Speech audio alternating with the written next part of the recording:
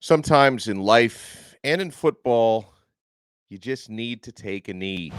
You are Locked On Canes, your daily podcast on the Miami Hurricanes, part of the Locked On Podcast Network, your team every day.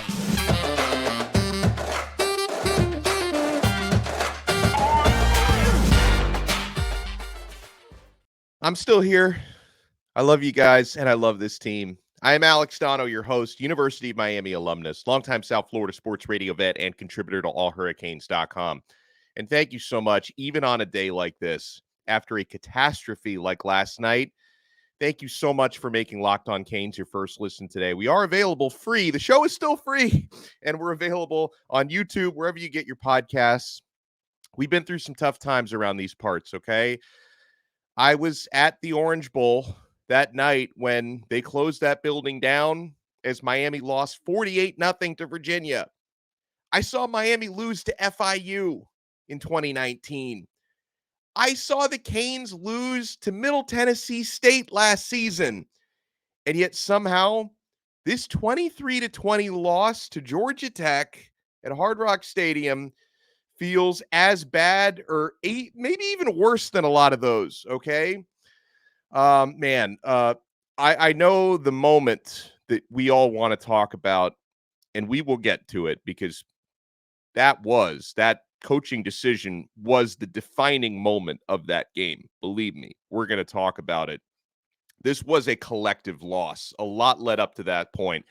I can't put this 100% on the head coach, even though, and let me be clear on this, his error was by far the worst. We will get to that.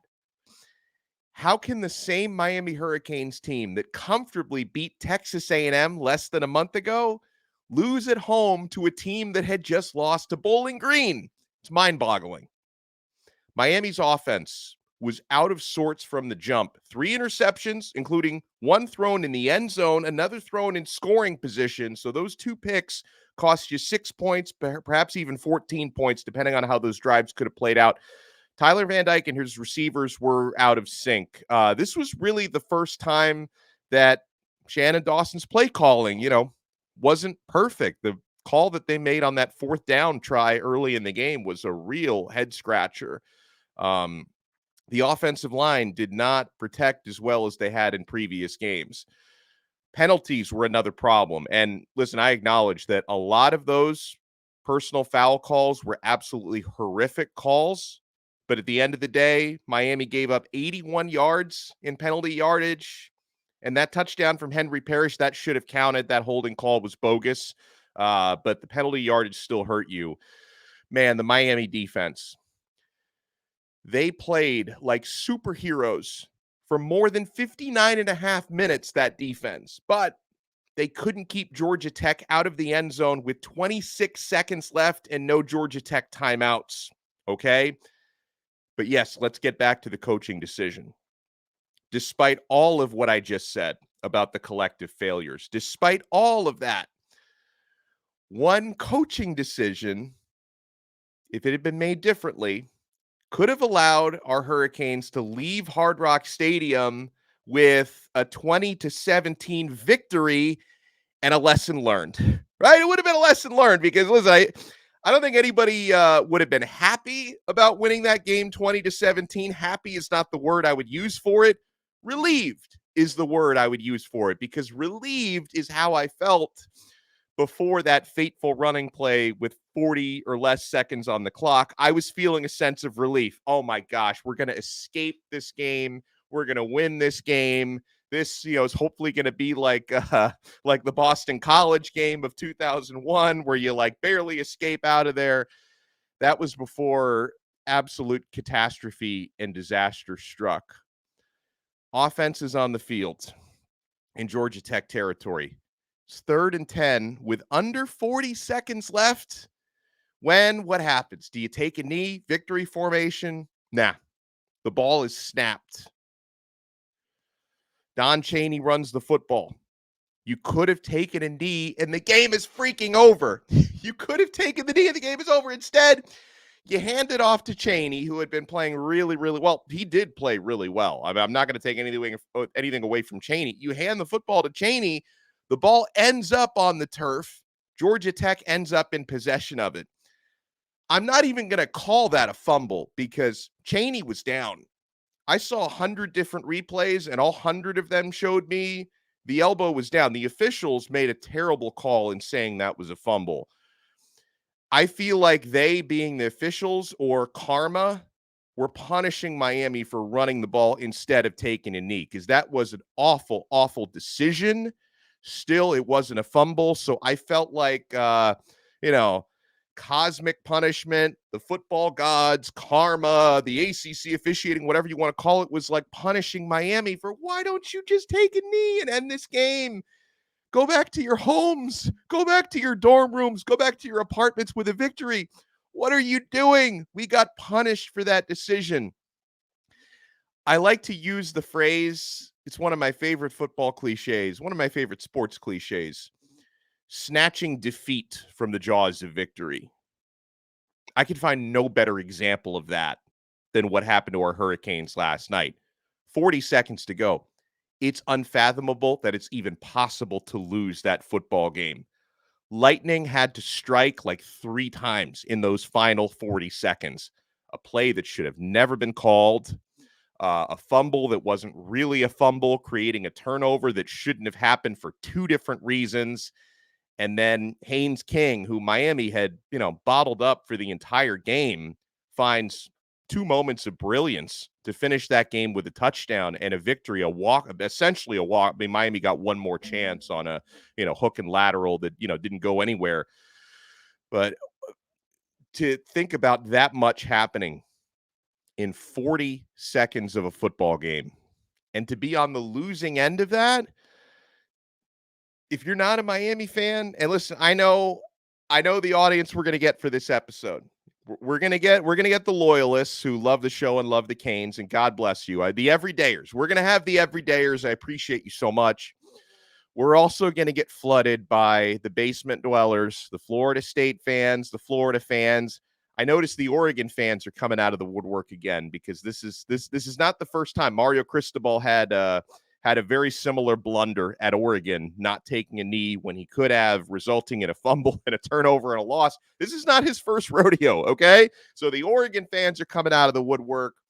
Whether you're crying with me today or laughing at me today, I guess I appreciate everybody who's here. But if you're not a Hurricanes fan, you can't even understand the pain and the suffering that I'm dealing with right now. But we have to talk about what happens next, what needs to happen next, because, my friends, this is a clear fork in the road. There's 2 ways this can go. This can go the negative way that we've seen a lot of in the past when Miami suffers a tough gut check type of loss, or can this be some kind of a constructive experience? Is that even possible after the way that this went down? We're going to talk about it. Guarantee you we're going to talk about it. Keep it locked right here to Locked On Canes. We're only getting started.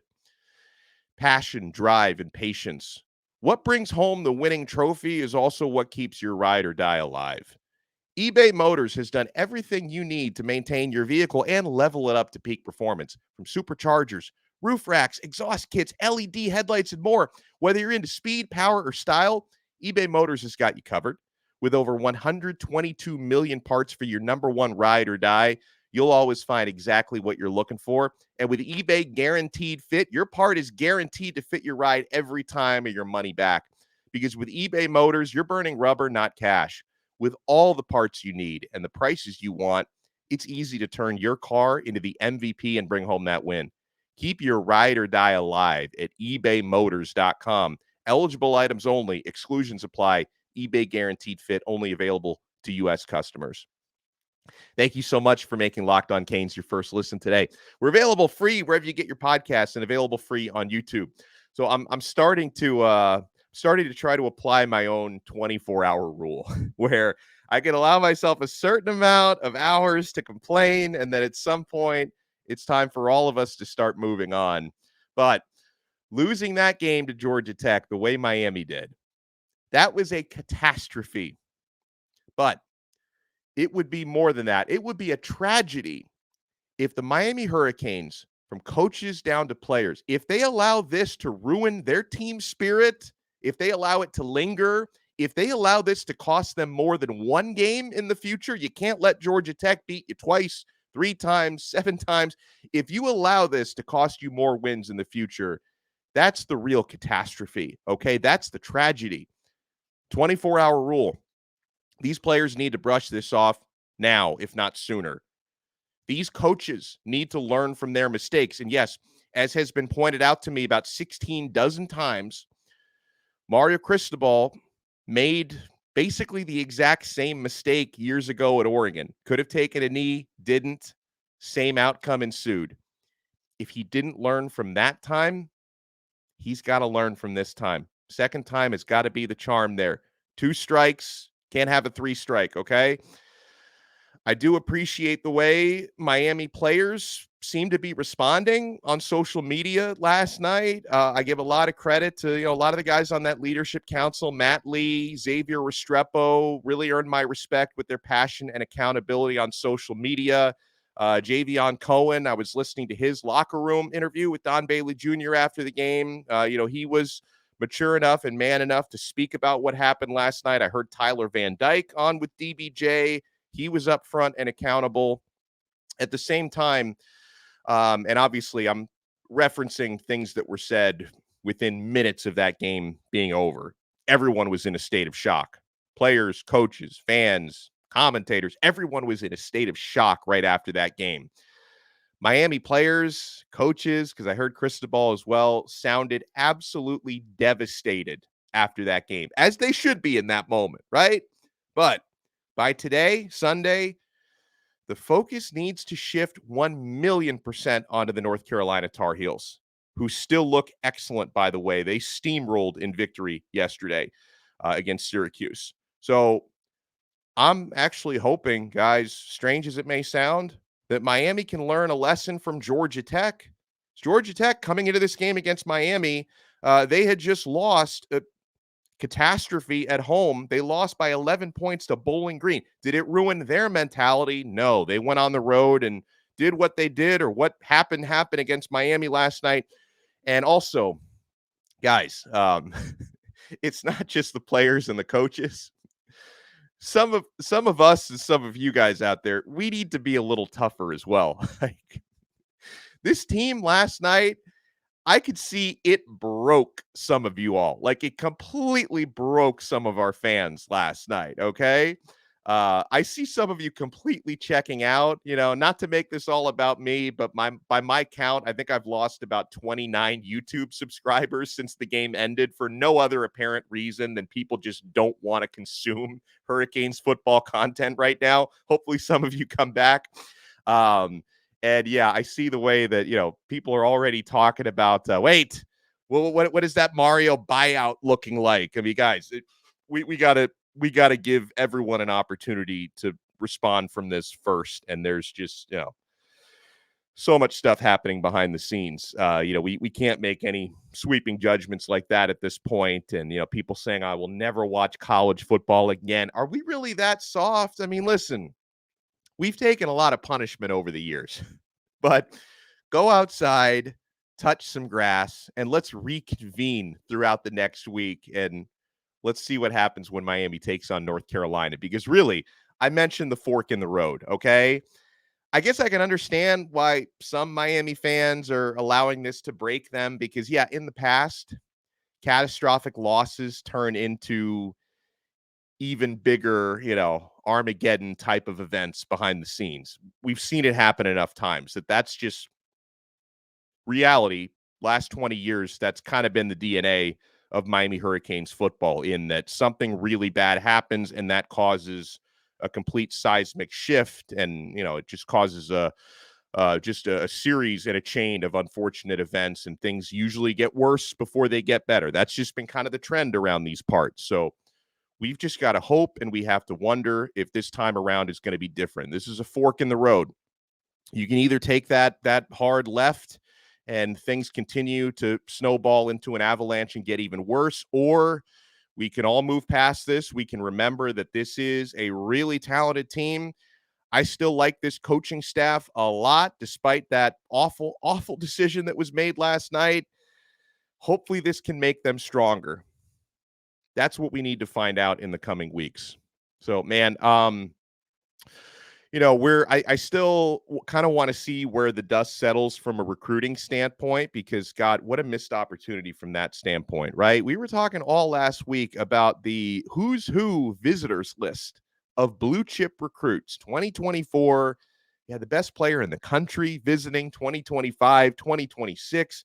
4 and 5 star players were in the building. Recruiting section was absolutely jacked. And that's the product that we put out on the field.